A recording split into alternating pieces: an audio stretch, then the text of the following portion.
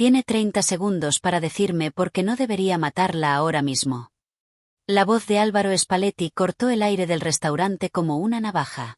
Cada palabra pronunciada con esa calma terrorífica que solo poseen los hombres acostumbrados a ver morir gente. Yo estaba de pie frente a él, con champán goteando por mi cabello, mi uniforme, mi rostro. El líquido se mezclaba con algo que nunca pensé que sentiría de nuevo después de enterrar a mi padre. Furia absoluta. ¿Saben lo que descubrí esa noche? Que el miedo y la rabia pueden coexistir en el mismo segundo. Que puedes estar temblando y ardiendo al mismo tiempo. Que a veces, cuando ya no te queda nada que perder, lo más peligroso que puedes hacer es finalmente encontrar el valor que nunca supiste que tenías.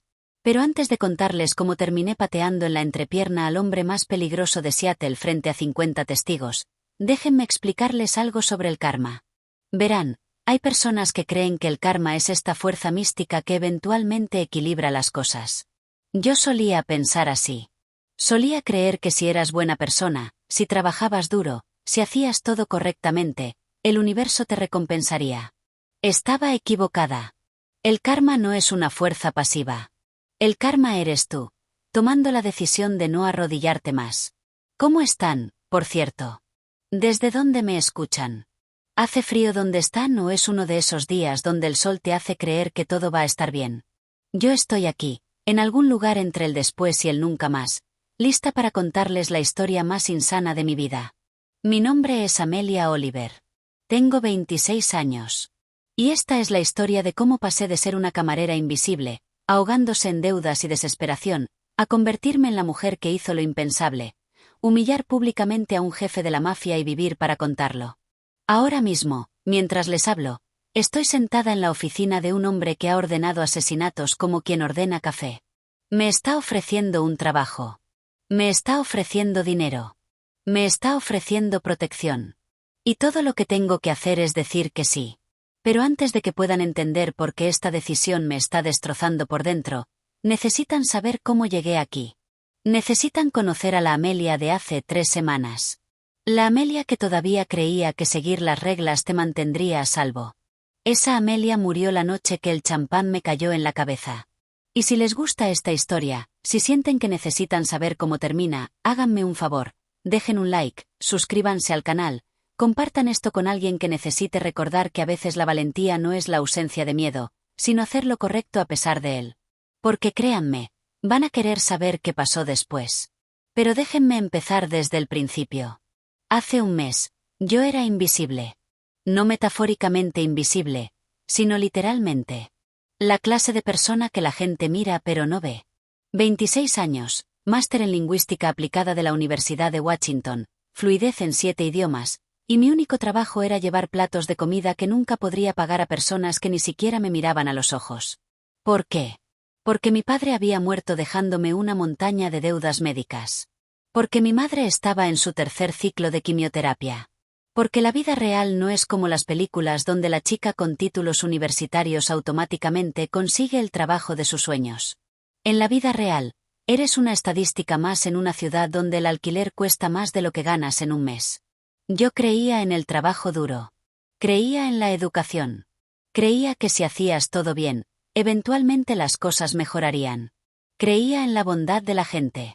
Creía que si eras amable con el mundo sería amable contigo. Cada una de esas creencias era una mentira que me contaba para sobrevivir otro día. El restaurante Bellacorte era mi tercera realidad. De día estudiaba traducciones freelance que pagaban centavos. De noche, sonreía a millonarios que dejaban propinas que equivalían a mi sueldo semanal si te miraban con algo que no fuera desdén. Era un lugar donde los ricos iban a ver y ser vistos.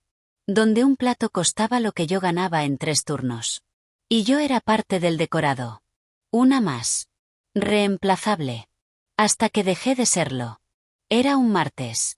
Lo recuerdo porque los martes solían ser tranquilos. Esa noche no lo fue. A las 8:47 de la tarde, la puerta del restaurante se abrió y todo cambió. No inmediatamente. No con fuegos artificiales. Sino con ese silencio horrible que sucede cuando la verdadera amenaza entra a una habitación.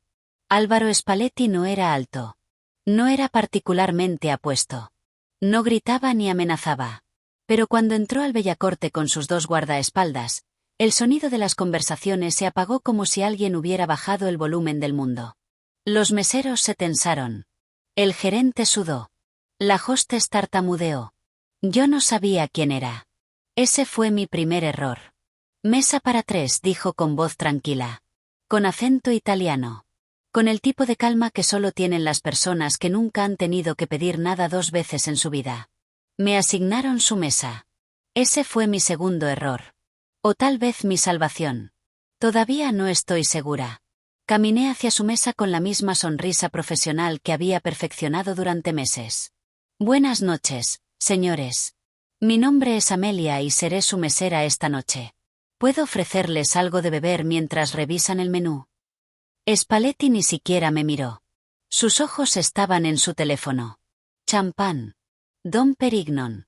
La botella de 2008 si la tienen. Por supuesto, señor. Fui a buscar la botella. $800. Más de lo que yo ganaba en 2 semanas. La traje con manos temblorosas no porque supiera quién era él, sino porque ese tipo de dinero me ponía nerviosa. Una botella rota significaba mi sueldo de un mes. Lo serví con cuidado.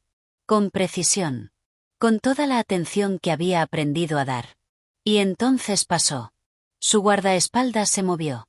Solo un poco. Solo lo suficiente. Mi mano, ya extendida, chocó con su brazo. El champán se derramó. No mucho. Apenas unas gotas. Pero cayeron directamente en la manga de la camisa de Spalletti. El mundo se detuvo. Lo siento muchísimo, señor. Déjeme. Comencé, alcanzando una servilleta. Lo que pasó después me tomó completamente desprevenida. Spalletti tomó la botella de champán. La levantó. Y la volcó sobre mi cabeza. El líquido frío corrió por mi cabello, mi cara, mi uniforme. $800 de champán convirtiéndome en un espectáculo. El restaurante quedó en silencio absoluto. Podía sentir las miradas. Podía sentir la humillación quemando mi piel más que el alcohol en mis ojos. Pero no fueron sus acciones lo que rompió algo dentro de mí. Fueron sus palabras. Spalletti comenzó a hablar en italiano. Despacio. Deliberadamente. Con una sonrisa pequeña en sus labios. Palabras que sonaban musicales para todos los demás. Palabras que él asumió que yo no entendería. Mira esta perra estúpida. Probablemente apenas terminó la secundaria. Estas son las que sirven nuestra comida. Basura sin educación. Sin futuro. Sin valor. Ni siquiera vale la pena enfadarse con ella. Es como enojarse con un perro que se mea en tu alfombra. No sabe nada mejor. Cada palabra fue un corte. Pero él no sabía algo. El italiano fue mi tercer idioma. Lo había estudiado durante 6 años. Lo hablaba con fluidez suficiente para traducir poesía renacentista. Y entendí cada palabra. Algo dentro de mí se quebró. No fue dramático. No hubo fuegos artificiales ni música épica. Fue más simple que eso.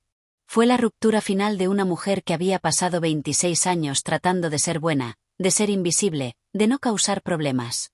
Esa mujer murió en ese segundo. Y la que nació ya no tenía nada que perder. Para entender por qué ese momento me destrozó tan completamente, necesitan conocer quién era yo antes de esa noche. No la Amelia de la superficie, la sonrisa profesional y el uniforme impecable. Sino la Amelia real. La que se estaba ahogando. Mi padre murió hace 2 años. Cáncer de páncreas. 4 meses desde el diagnóstico hasta el funeral. En esos 4 meses, vi como un hombre que había trabajado toda su vida, que había pagado sus impuestos, que había hecho todo correctamente, perdió todo. Los ahorros se evaporaron en tratamientos. La casa se hipotecó. Las tarjetas de crédito se maximearon. Y cuando finalmente murió, no me dejó recuerdos hermosos y paz. Me dejó $180,000 en deudas médicas. Mamá no lo superó. ¿Cómo podría? Perdió a su esposo y 6 meses después le diagnosticaron cáncer de mama. Etapa 3. Como si el universo hubiera decidido que nuestra familia era su experimento personal sobre cuánto puede soportar un ser humano antes de quebrarse. Yo era todo lo que le quedaba. 25 años. Recién graduada con un máster que descubrí que no valía el papel en el que estaba impreso. 7 idiomas que nadie necesitaba. Ninguna experiencia práctica porque había pasado los últimos años cuidando a mi padre. El sistema de salud estadounidense no te prepara para esto. No te dice que puedes hacer todo bien y aún así terminar arruinada. No te explica que la educación y el talento no significan nada cuando tienes que elegir entre pagar el alquiler o la quimioterapia de tu madre. Así que tomé el trabajo en Bellacorte. No porque quisiera, sino porque una de mis compañeras de clase de la universidad trabajaba allí y me dijo que las propinas eran buenas, que los ricos eran generosos, que podía hacer $300 en una buena noche. Mintió. O tal vez solo fue generosa para ella. Las propinas buenas iban a las meseras bonitas, jóvenes, que coqueteaban con los clientes. Yo era competente, educada, invisible. Ganaba suficiente para pagar el alquiler de nuestro apartamento de una habitación. Suficiente para la comida. Suficiente para algunos de los medicamentos de mamá. Los que el seguro no cubría, que eran casi todos, los compraba en partes. Dividía las dosis. Rezaba que fuera suficiente. Por las mañanas, trabajaba en traducciones freelance. Documentos técnicos. Manuales de instrucciones. Correos electrónicos corporativos. Trabajos que pagaban 5 céntimos por palabra si tenía suerte. Trabajaba hasta que me dolían los ojos.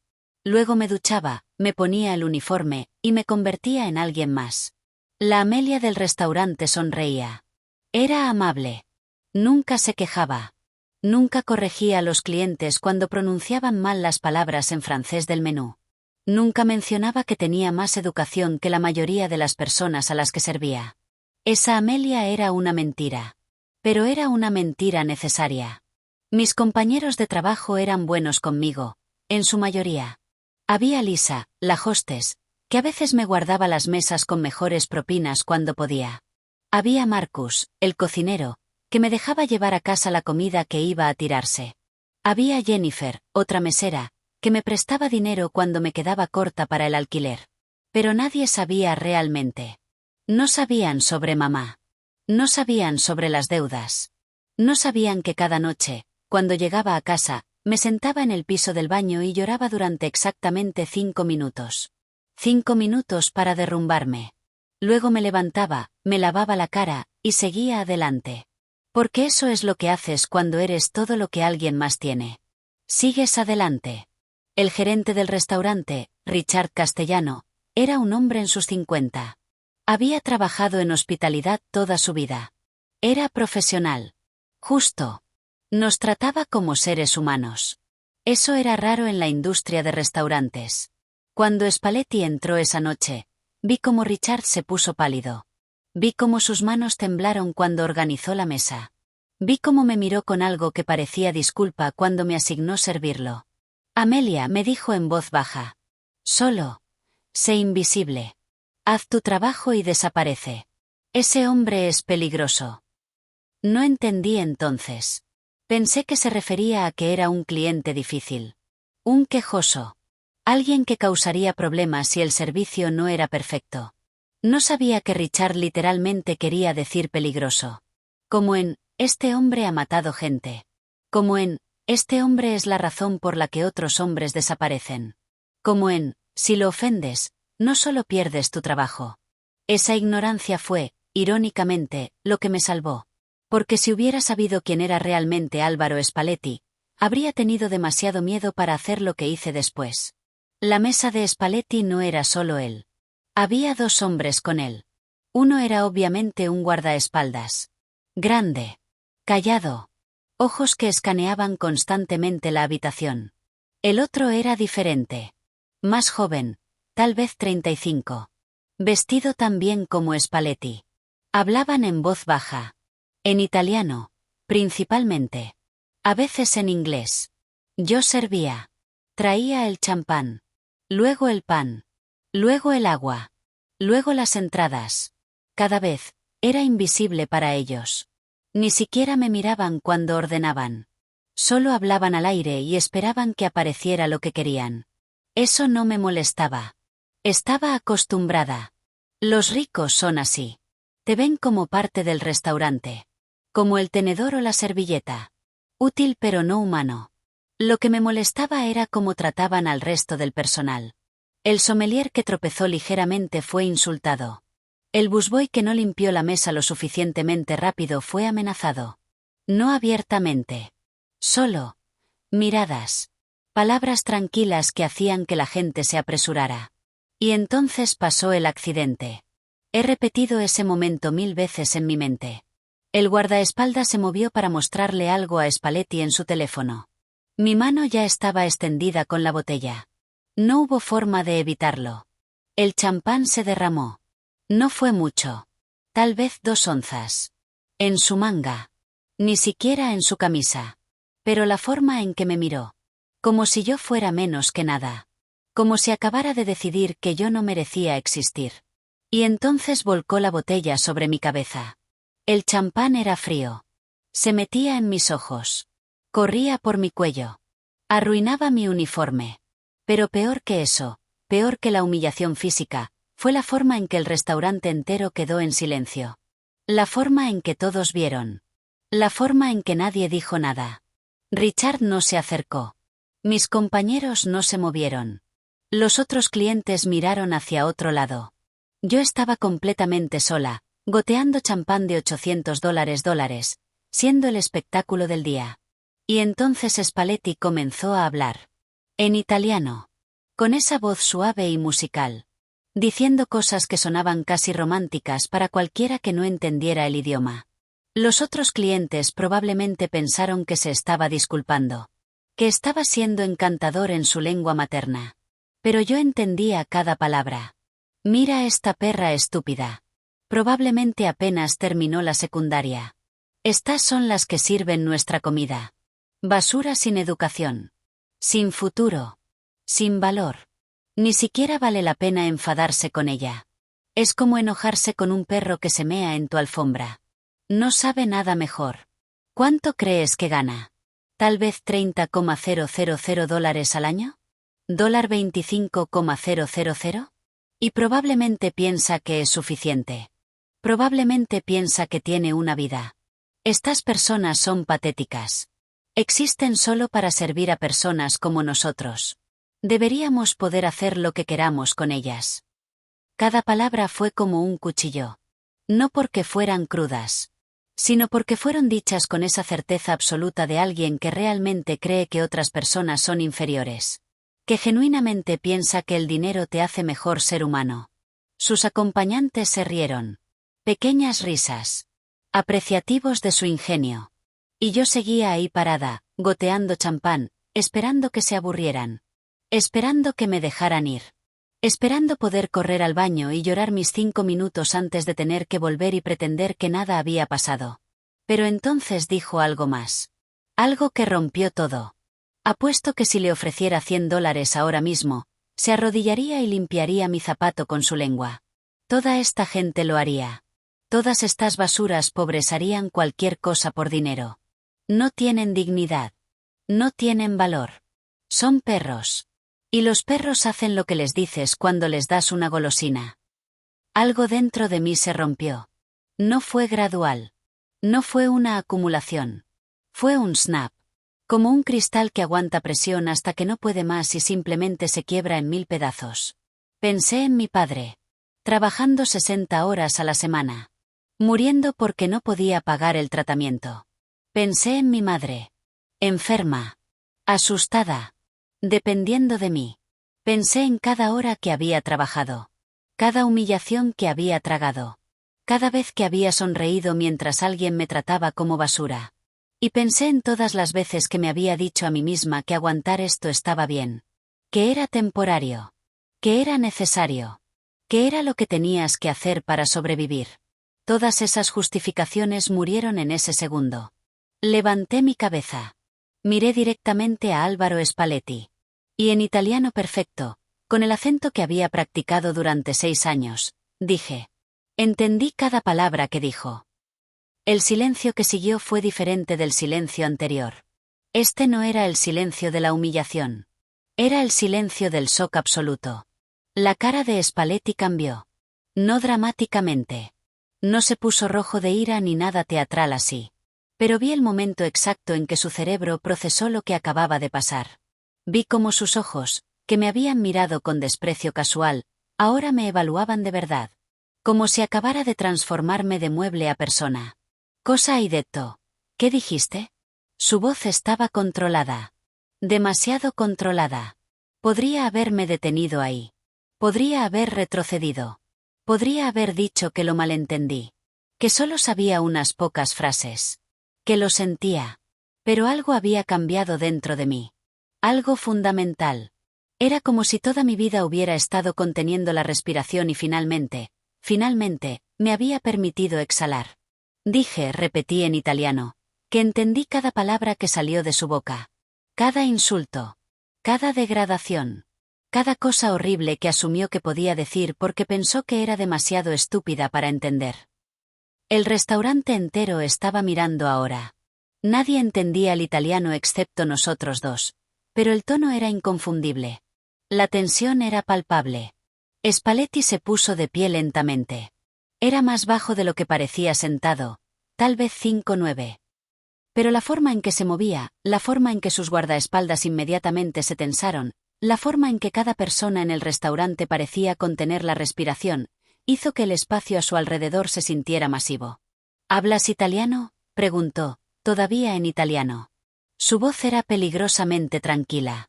Hablo 7 idiomas, respondí. Mi voz no temblaba. Debería haber estado temblando. Tengo un máster en lingüística aplicada de la Universidad de Washington. He traducido poesía renacentista. He trabajado en documentos diplomáticos. Y sí, entiendo perfectamente cuando alguien me llama perra y basura. Dio un paso hacia mí. Instintivamente retrocedí medio paso, pero me obligué a detenerme. A mantenerme firme. Entonces dijo, sus palabras saliendo lentamente, ¿entiendes que acabo de insultarte gravemente? Sí. Y decides responderme. A mí. Aquí. Públicamente. Sí. ¿Sabes quién soy? Y aquí fue donde la ignorancia probablemente me salvó. Honestamente, no. Sé que eres rico. Sé que eres cruel. Sé que piensas que tu dinero te da derecho a humillar a personas que no pueden defenderse. Pero no sé tu nombre completo ni me importa. Uno de sus guardaespaldas se movió, pero Spalletti levantó una mano para detenerlo. Sus ojos nunca dejaron mi cara. Me estaba estudiando como un espécimen interesante. Como algo que no había visto antes y no estaba seguro de cómo clasificar. Tienes, dijo finalmente, cambiando al inglés, mucho valor. ¿O eres increíblemente estúpida? Tal vez ambas cosas, respondí. También en inglés ahora. Mi corazón estaba martillando en mi pecho, pero mi voz salió firme. Pero lo que no soy es un perro. No soy basura. Y no voy a arrodillarme y lamer tu zapato sin importar cuánto dinero me ofrezcas. El restaurante había dejado de funcionar. Los otros meseros estaban congelados.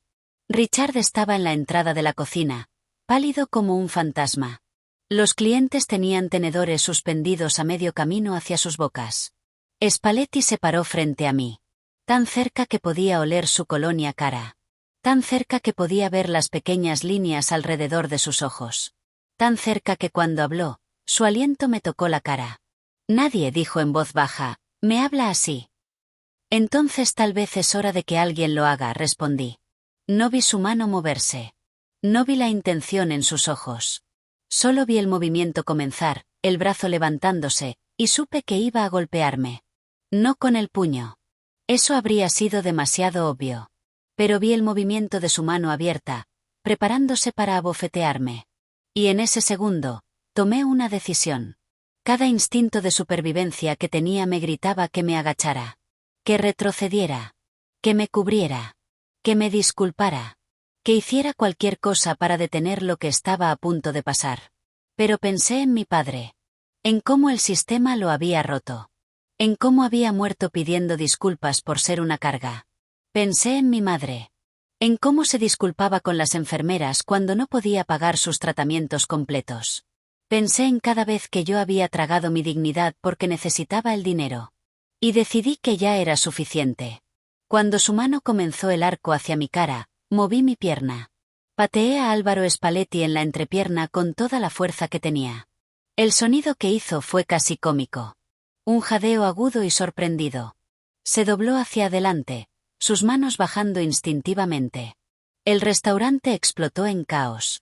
Sus guardaespaldas se abalanzaron hacia mí. Richard gritó algo. Los clientes se pusieron de pie. Y yo, operando en puro instinto de supervivencia, di media vuelta y corrí. Corrí a través del comedor. Esquivé mesas. Empujé la puerta de la cocina. Los cocineros gritaron cuando pasé corriendo. Atravesé la puerta trasera hacia el callejón detrás del restaurante. El aire frío de Seattle me golpeó la cara. Todavía estaba goteando champán. Mi uniforme estaba arruinado. Y acababa de atacar físicamente a un hombre que, ahora que mi cerebro estaba procesando lo que acababa de hacer, probablemente podía hacer que me mataran con una llamada telefónica. Corrí. Corrí por el callejón. Salí a la calle principal. Seguí corriendo. No sabía a dónde iba. Solo sabía que tenía que alejarme. Finalmente, 3 cuadras después, me detuve en un callejón. Me apoyé contra la pared, jadeando, temblando. La adrenalina estaba comenzando a desvanecerse, y el miedo puro la estaba reemplazando. ¿Qué acababa de hacer? Saqué mi teléfono con manos temblorosas. Tenía 5 llamadas perdidas. Todas de Richard. Tenía mensajes de texto de compañeros de trabajo. ¿Qué acabas de hacer? Estás loca. ¿Dónde estás? Amelia, ese era Álvaro Spalletti. Busqué el nombre en Google. Los primeros resultados me congelaron la sangre. Álvaro Spalletti, presunto jefe del crimen organizado. Investigación federal sobre las operaciones de Spalletti. Testigo en el caso Spalletti desaparece. La familia Spalletti, 3 generaciones de poder criminal. Había pateado a un jefe de la mafia. En sus partes privadas. Delante de 50 testigos. Estaba muerta. No era hipérbole. No era dramatización. Había hombres que habían hecho mucho menos y habían terminado en el fondo de Puget Sound. Mi teléfono sonó. Amelia. Su voz estaba tensa. ¿Dónde estás? No puedo decirte. Escucha. Necesitas. Dios. No sé qué necesitas hacer. Los guardaespaldas querían ir tras de ti, pero Spalletti los detuvo. Se fue. Pero Amelia, alguien grabó todo. Todo. Está en Twitter. Se está volviendo viral. Mi estómago se hundió. ¿Qué? El vídeo. De ti. De lo que hiciste. Alguien lo grabó. Ya tiene 50,000 vistas y va subiendo. Eso era peor. Mucho peor. Porque significaba que no solo Spalletti sabía lo que había hecho. El mundo entero iba a saberlo. Richard, yo. No lo digas. Solo. Ten cuidado. Y Amelia, no regreses al restaurante. Estás despedida. Lo siento. No puedo arriesgar a todos los demás. Colgó. Me deslicé por la pared del callejón hasta quedar sentada en el pavimento húmedo. Todavía goteando champán. Sin trabajo. Posiblemente con un precio sobre mi cabeza. Y en algún lugar de internet, un vídeo de mí pateando a uno de los hombres más peligrosos de Seattle se estaba volviendo viral. Debería haber estado asustada. Debería haber estado arrepentida. Pero todo lo que podía pensar era, lo hice. Finalmente me defendí. Esa pequeña chispa de satisfacción, ese diminuto momento de orgullo, fue lo único que me mantuvo de colapsar completamente. No sabía entonces que ese vídeo cambiaría todo. No sabía que en 24 horas, sería una leyenda en Internet. No sabía que Spalletti me contactaría con una oferta que haría que todo esto pareciera simple en comparación.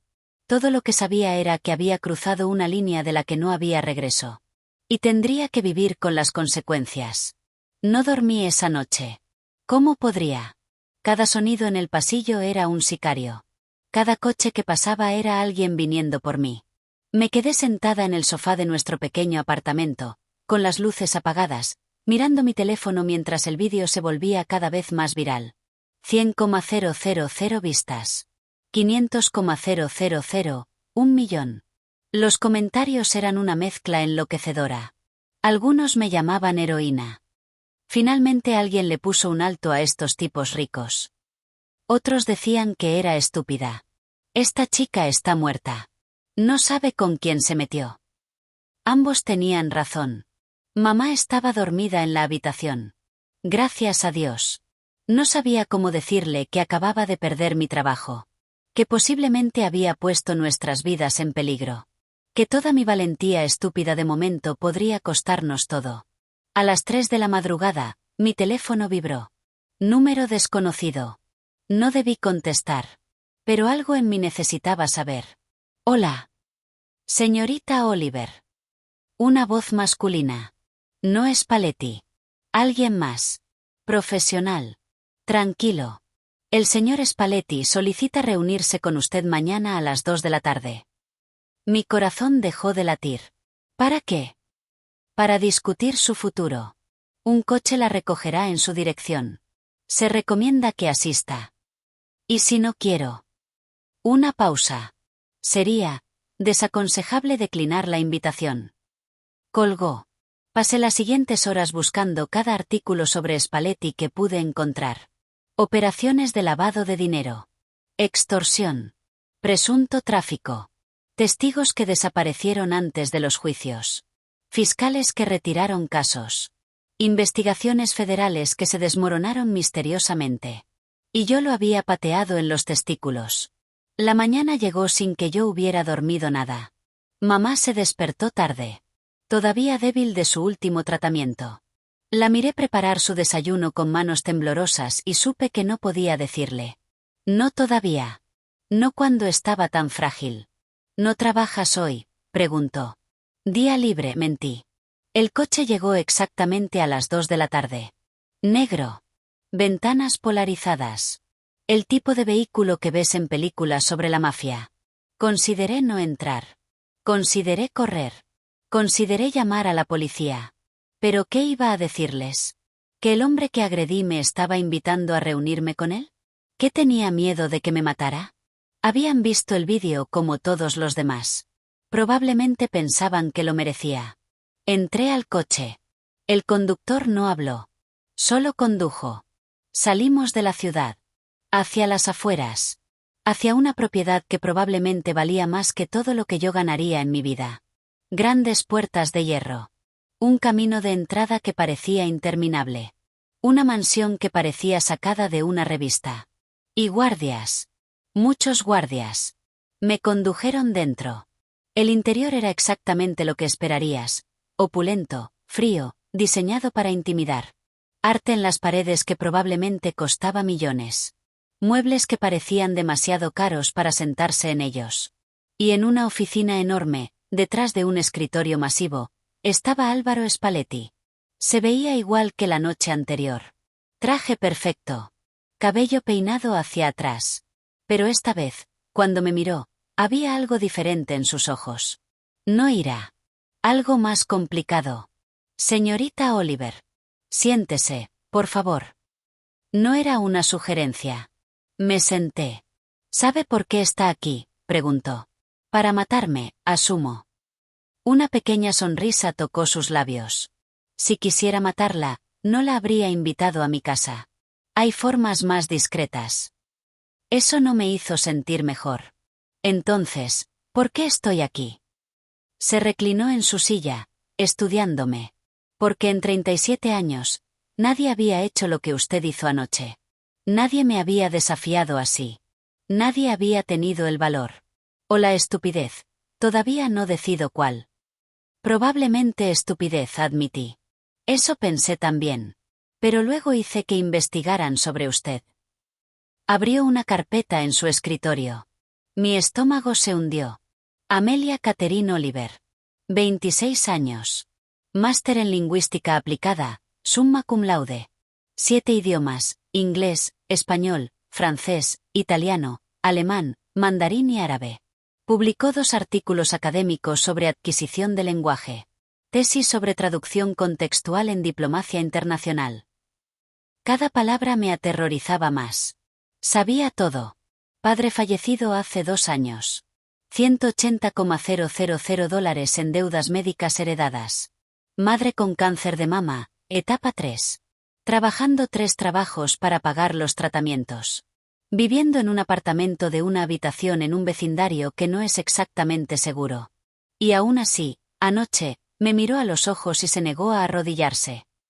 ¿A dónde quiere llegar? Mi voz apenas funcionaba. ¿A que desperdicia su vida sirviendo mesas cuando podría estar haciendo mucho más? ¿A que su valentía, aunque mal dirigida, es algo raro?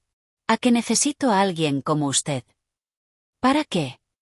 Trabajo como consultor cultural y traductor personal. Viajo internacionalmente.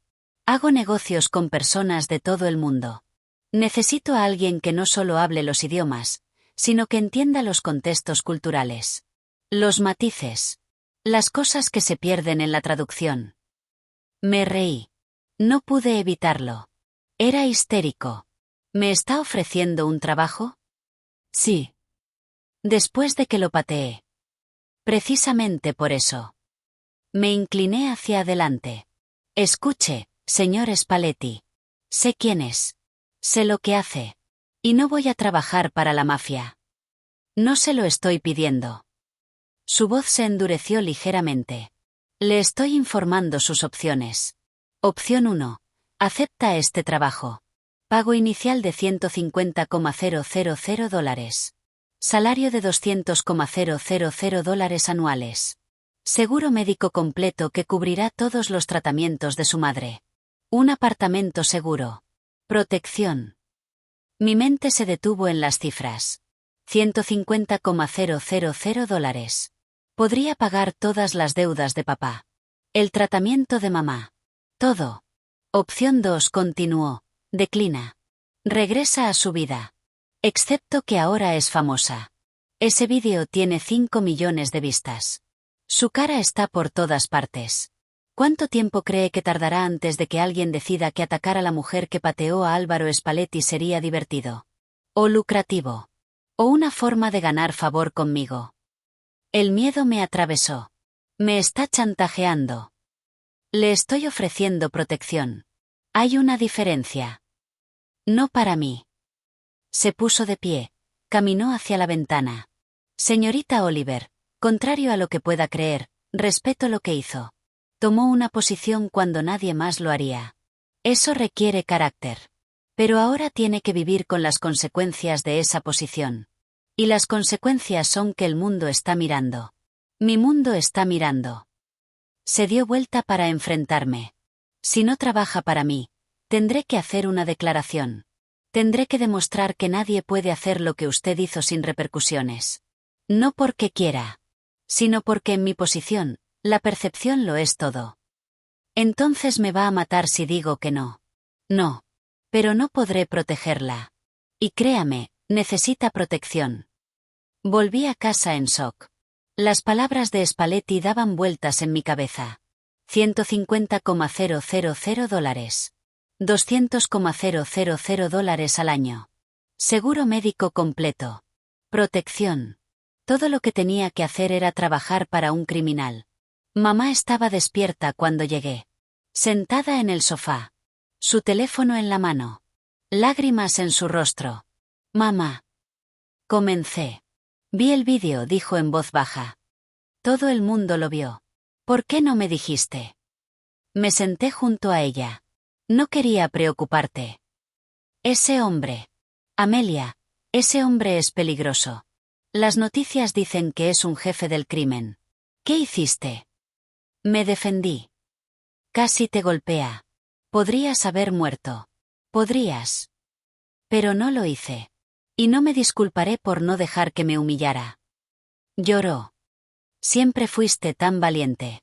Como tu padre. Siempre defendiendo lo correcto. Pero cariño, a veces lo correcto te hace morir. Sus palabras me destrozaron. Porque tenía razón.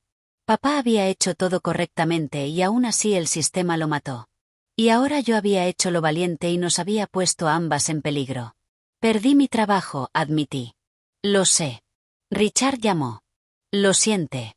Pero no puede arriesgarse. Lo entiendo. ¿Qué vamos a hacer? Ahí estaba. La pregunta. Podía decirle sobre la oferta de Spalletti. Podía decirle que teníamos una salida. Que podíamos pagar todo. Que ella podría recibir el tratamiento completo que necesitaba. Pero, ¿a qué costo? Encontraré algo, dije en cambio. Siempre lo hago. Esa noche, después de que mamá se durmió, revisé nuestras finanzas. Teníamos $847 en el banco. El alquiler vencía en 2 semanas. $1,200. Los medicamentos de mamá costarían $400 este mes. Comida. Servicios.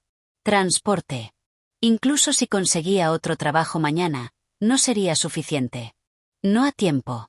Mi teléfono vibró. Mensaje de texto de un número que no reconocí. 48 horas para decidir. El reloj está corriendo. Intenté encontrar otro trabajo. Dios, cómo lo intenté. Pero el vídeo me había hecho imposible de contratar. Cada gerente de restaurante me reconocía. Algunos pensaban que era genial. Eres una leyenda, chica. Pero ninguno me contrató. Demasiado riesgo. Demasiada atención. Las agencias de traducción vieron las solicitudes pero nunca respondieron. Probablemente me buscaron en Google. Probablemente decidieron que no valía el drama. En 24 horas, apliqué a 32 trabajos. 0 respuestas. El segundo día, mamá colapsó. Estaba en el baño. Escuché el golpe. Corrí hacia allá. Estaba en el piso, pálida, temblando. No me siento bien, susurró. La llevé a la sala de emergencias. 5 horas esperando. Finalmente un doctor. Deshidratación severa. El cáncer estaba progresando. Necesitaba comenzar el siguiente ciclo de quimioterapia inmediatamente. ¿Cuánto?, pregunté. Con su seguro actual, después de deducibles y copagos, probablemente $8,000 por este ciclo. No tenía $8,000. No tenía $800. ¿Podemos hacer un plan de pagos? Por supuesto. Pero necesitamos al menos 20% por adelantado para comenzar el tratamiento. $1,600. Podría tal vez conseguirlo si vendía todo lo que tenía. Mi laptop. Mi teléfono. Las joyas de mamá. Los anillos de bodas de papá. Pero entonces, ¿cómo pagaría el alquiler? ¿Cómo compraría comida? ¿Cómo sobreviviríamos? Llevé a mamá a casa en un Uber que no podía pagar. La metí en la cama. Se veía tan pequeña. Tan frágil. Me apretó la mano.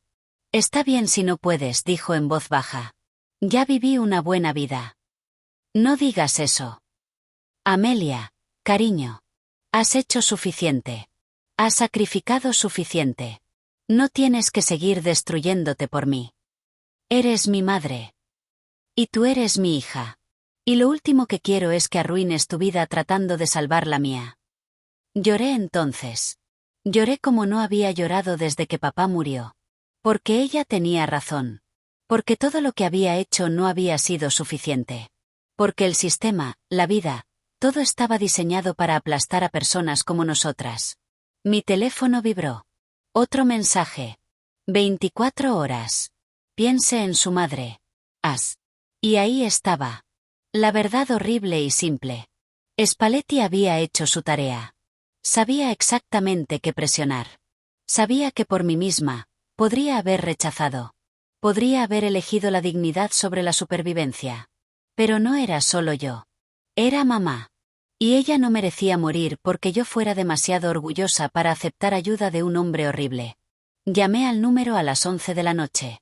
Contestó al primer timbre. Señor Spalletti. Señorita Oliver.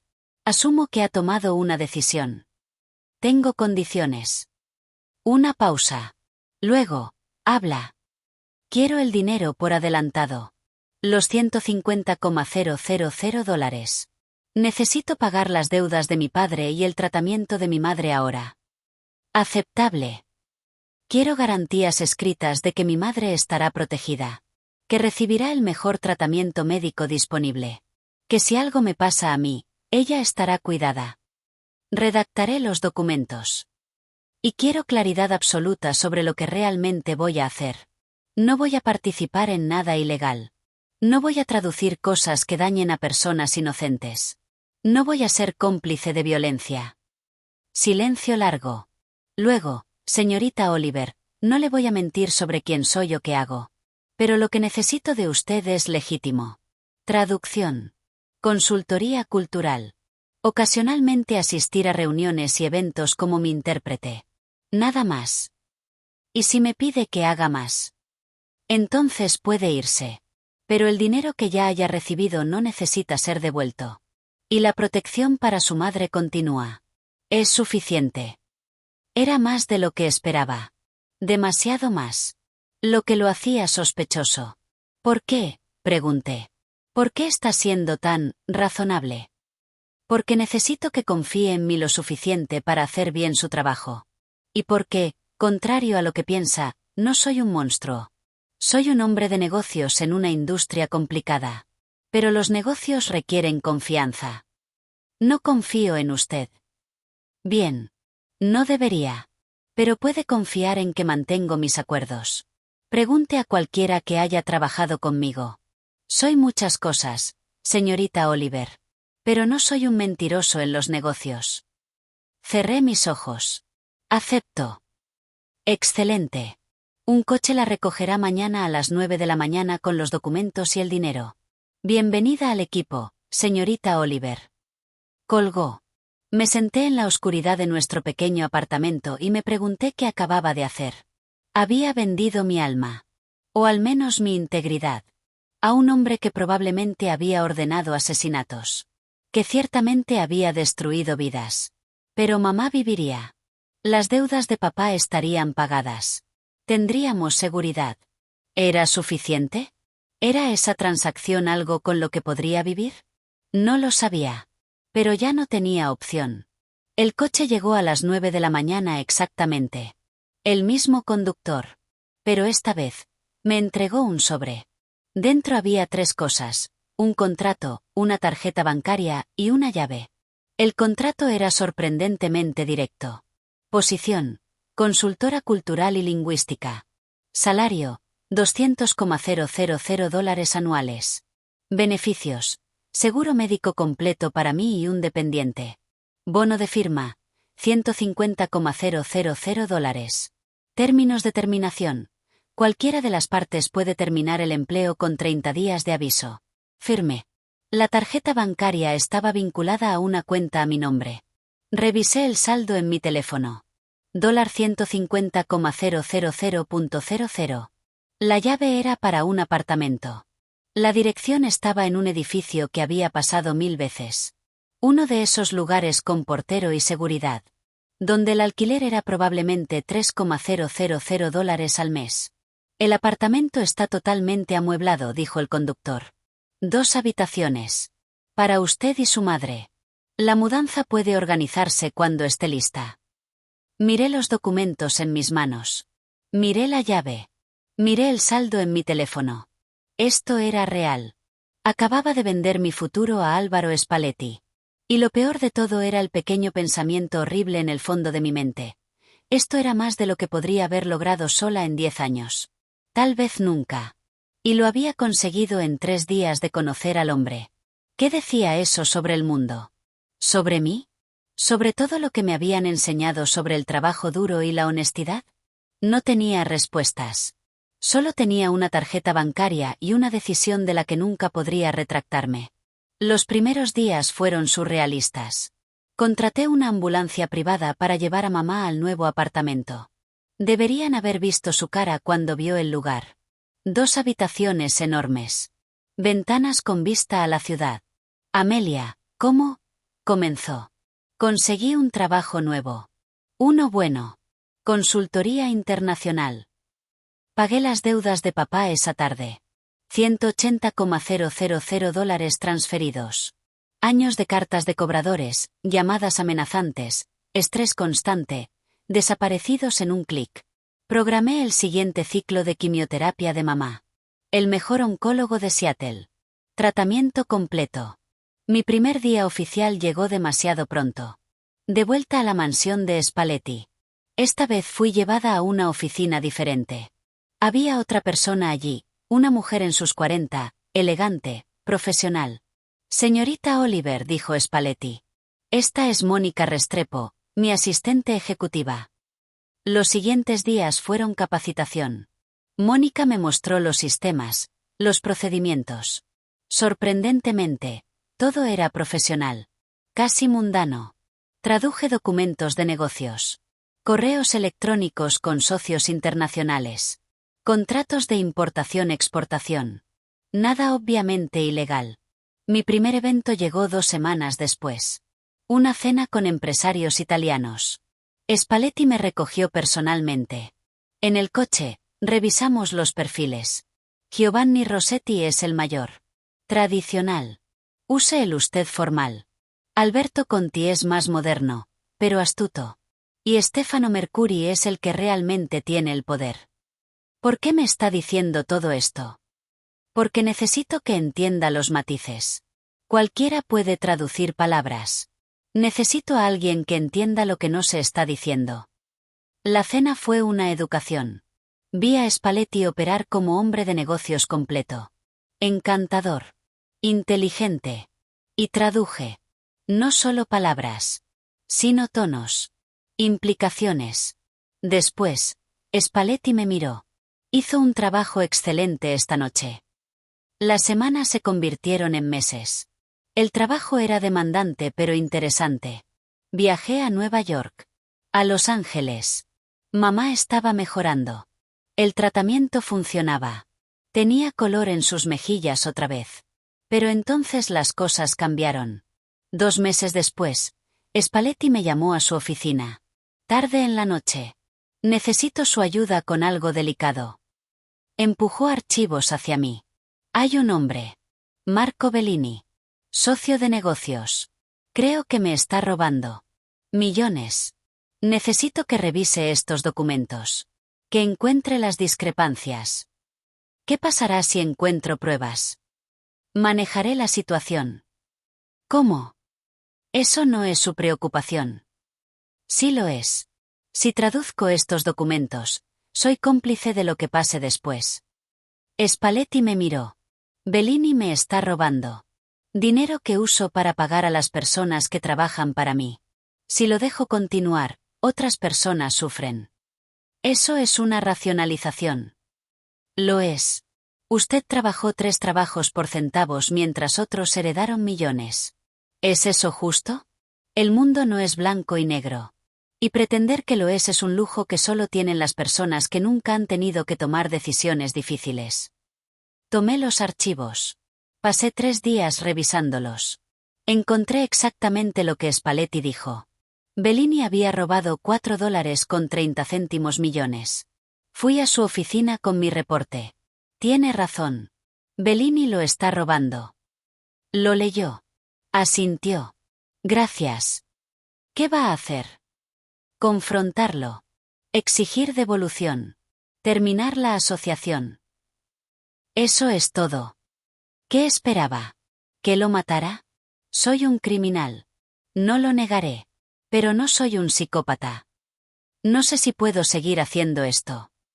Entonces váyase. La puerta está ahí. El dinero que le di quédese con él. Su madre seguirá cubierta. Pero sea honesta consigo misma sobre por qué se va. No renuncié. Tal vez debí hacerlo. Pero algo en sus palabras resonó.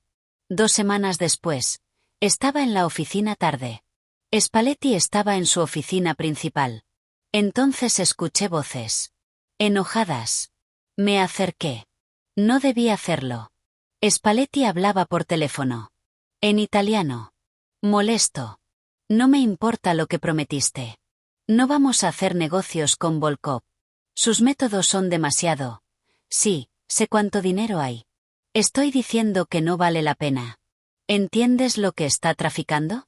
Es gente. Niños. Mi sangre se congeló. Tengo límites, Giacomo. Siempre los he tenido. Drogas, sí. Pero no tráfico humano. Nunca. Y Volkov es el peor. Ese negocio trae calor federal. No termino en prisión porque fui demasiado codicioso. La decisión está tomada. Retrocedí. Procesando. Spalletti tenía límites. Rechazó un trato lucrativo porque involucraba tráfico humano. No lo excusaba. Pero lo hacía humano. Complicado. 3 meses después, estaba con Spalletti en un evento de caridad. Recaudación de fondos para un hospital infantil. Spalletti donó $500,000. Sorprendida, me preguntó. Honestamente, sí. Los criminales también tenemos familias. Niños. Entendemos el sufrimiento. Esa noche, recibí una llamada. Señorita Oliver. FBI. Necesitamos hablar sobre su empleador. Mi mundo se detuvo. La reunión fue en una cafetería. 2 agentes. Sabemos que trabaja para Spalletti. Necesitamos su ayuda. No soy una informante. Solo necesitamos que nos diga si le pidió hacer algo ilegal. ¿Y si digo que no? Entonces dejamos el tema. Pero Spalletti es peligroso. Y cuando caiga, todos caerán también. A menos que coopere. Me fui sin decir nada. Esa noche, confronté a Spalletti. El FBI me contactó. No pareció sorprendido. ¿Qué les dijo? Nada. Pero quiero la verdad. Me está usando. Siéntese. La verdad es que la contraté porque me impresionó. Pero también porque pensé que alguien como usted podría ayudarme a hacer la transición. Transición. Tengo 42 años. He estado en este negocio desde que tenía 18. Estoy cansado. Quiero salir. Moverme hacia operaciones legítimas. Pero necesitas una estrategia. Necesitas a alguien que entienda ambos mundos. Me está diciendo que quiere que lo ayude a volverse legal. Eventualmente. Si confía en mí lo suficiente. ¿Por qué debería?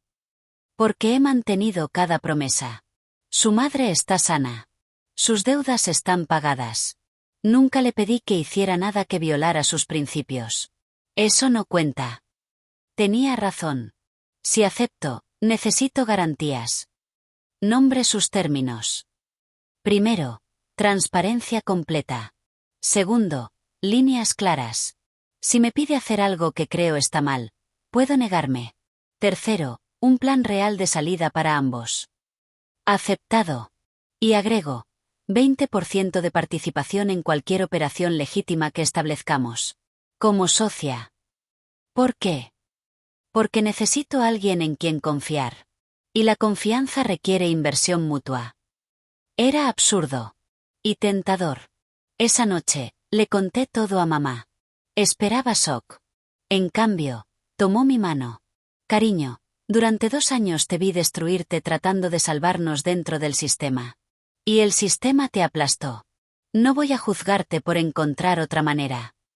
Pero es correcto. No lo sé. Pero estás viva. Estoy viva. Y por primera vez, no estamos ahogándonos. 2 días después, fui a Spalletti. Acepto. Pero como socia. Eso significa que tengo voz en las decisiones. Extendió su mano. Trato hecho. La estreché. Y ahí comenzó la siguiente fase. No sé si fue la decisión correcta. Pero sé que soy más de lo que era. Que he aprendido que la supervivencia a veces significa hacer paces con la complejidad. El vídeo todavía circula. 11 millones de vistas. Los comentarios siguen llegando. Ninguno sabe la historia completa. Mamá está en remisión. Los doctores están optimistas. Tiene un jardín ahora. Quiere plantar rosas. Yo sigo trabajando con Spalletti. Estamos haciendo la transición. Estableciendo negocios legítimos. El FBI sigue vigilando. Pero no tienen nada concreto. Sigo viviendo en ese espacio entre quien era y quien me estoy convirtiendo. ¿Es esto justicia? ¿Es esto karma? No lo sé. Pero es supervivencia. Es dignidad. Es rehusarse a ser invisible. Y tal vez eso es suficiente. Entonces, ¿qué piensan? ¿Hice lo correcto? Déjenme saber en los comentarios. Suscríbanse si quieren más historias como esta. Historias sobre personas reales enfrentando decisiones imposibles.